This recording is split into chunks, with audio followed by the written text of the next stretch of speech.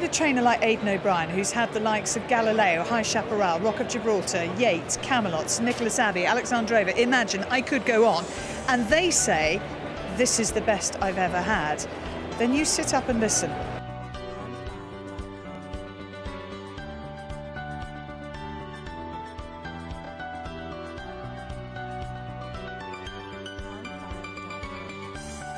Breed the best to the best and hope for the best. That's exactly what Lord Derby did when he sent his brilliant race mare Ouija board to the mighty Galileo. And the rest, as they say, is history.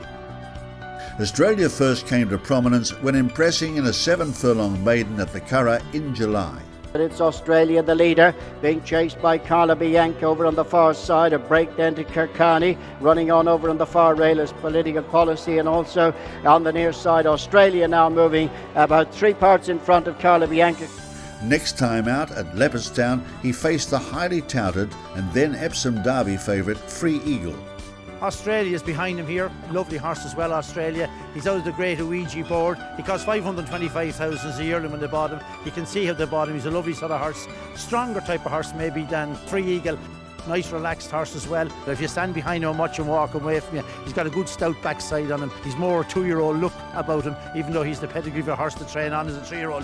They swing for home, over 2 furlongs to race. Kingfisher the leader from Free Eagle. Australia being asked to close now as they race down inside the last 2 furlongs. Free Eagle with Australia coming there on the outside.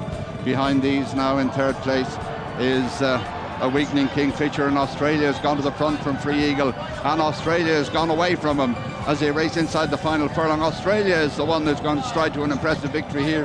Free Eagle is well beaten in 2nd. In 3rd place is Kingfisher, and then Wexford Town. Australia easily from Free Eagle.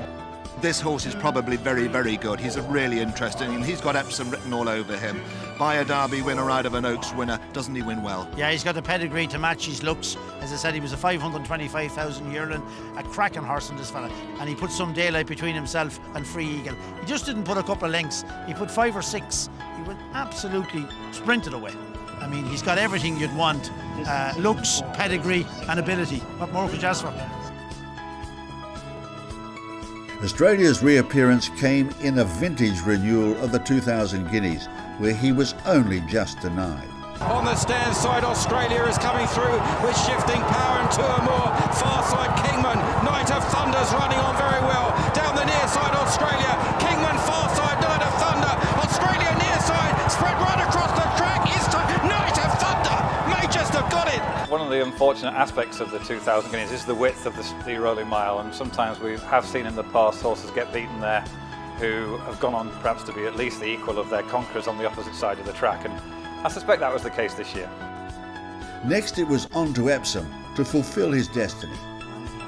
Kingston Hill on the right, on the left is Australia. They look like fighting it out with a furlong and a half left to go, and Australia takes over from Kingston Hill. Romsdale is back in 3rd place, then Aaron, but it's Australia that's kicked a length and a half clear. Kingston Hill is battling on. Australia from Kingston Hill, born to win the Derby, his day of destiny. Australia wins from Kingston Hill in 2nd. Cream rose to the top here. Australia, by a Derby winner, out of an Oaks winner, has fulfilled the dream. He wins the Derby.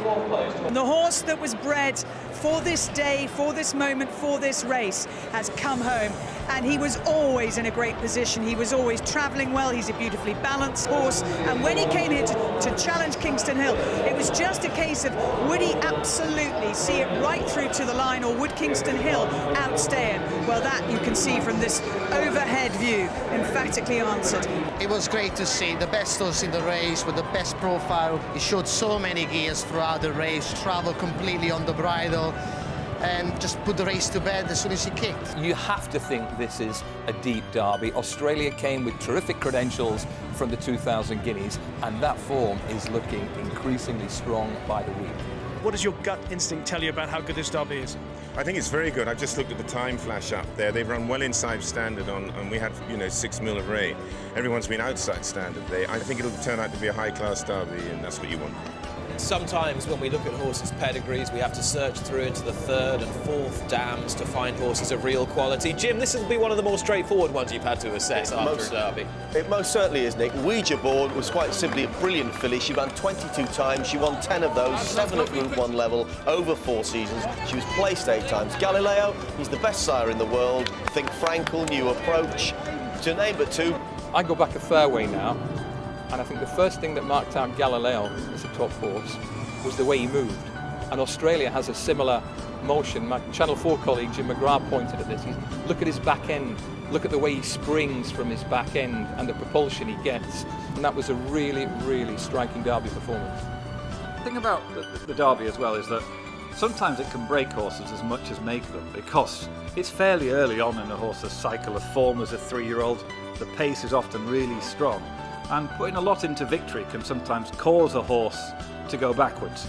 But from Australia we saw him go on to even better heights in the Irish Derby, and that told me something about the level of his ability. The race didn't set him back, he could take it within him and move on to greater things. Here comes the hotbot now, Australia. Joseph O'Brien, a look over his shoulder, no dangers. Into the last half furlong now, but Australia is cantering over them and going to the line. It's Australia waltzing to victory in the Irish Derby. Australia very easily from Kingfisher second. Another 1-2-3 for Aidan O'Brien in this race with Orchestra third. Just how special is he, tell us? He's a massive engine, and we still haven't seen the best of this horse. I'd love to ride him a mile and a quarter. I think that's going to be his thing. Fast ground, love the ground today, it's beautiful ground. It's a massive engine. He's very, very special. Yeah, very unusual, Robert, that he has so much speed, you know, he's so much class, like you'd be very comfortable back at a mile with him, you know, and listen, for him to get a mile and a half the way he does, it's incredible. As a 2-year-old, I think in very early on, he did 4 11-second furlongs working half speed, and that's very hard to do, Robert, and he was able to do it like a very early stage for him. And while Galileo first took on his elders over the 1.5 miles of the King George, Australia was dropped back to 1.25 miles for York's Juddmonte International. I thought after the Derby that Australia could be even better than 1.25 miles. I think he looks great. He's really done well since Epsom. And here it is. This is where we find out how good Australia is as they run down the home straight on the Knavesmire, heading for the final 3 furlongs. Kingfisher being pressurised by Mukadram. Arod is driven along, so too Telescope. Australia cantering on the left, then the Grey Gatsby as they race on towards the final quarter mile. Mukadram and Telescope, they met at Ascot last time. Arod on the right, but here comes Joseph O'Brien on Australia down the near side. Australia quickening up well to take over, followed through by the Grey Gatsby inside the final furlong. Australia by 2 lengths to Telescope, chased all the way by the Grey Gatsby, but it's Australia, the Derby winner, who strides clear of the Grey Gatsby. A good horse becomes a great horse at York. Australia wins the Juddmonte International. he was literally ready to come for a racecourse gallop, Claire, really. That's where he was at. For a horse that was just ready for a racecourse gallop, my word, he's pulverised the field here. He won the Derby a mile and a half. He comes back a mile and a quarter with all the horses, destroys the field, and that's what good horses are made of. If you look at a replacement for Galileo, I mean, he seems the obvious choice. 2014 was a very strong crop of 3-year-olds. On the balance of the evidence that we have in front of us, these horses, Kingman, Tagruda, the Grey Gatsby, Kingston Hill, and Australia perhaps above all, an exceptional bunch of horses. Australia, the heir apparent to Galileo.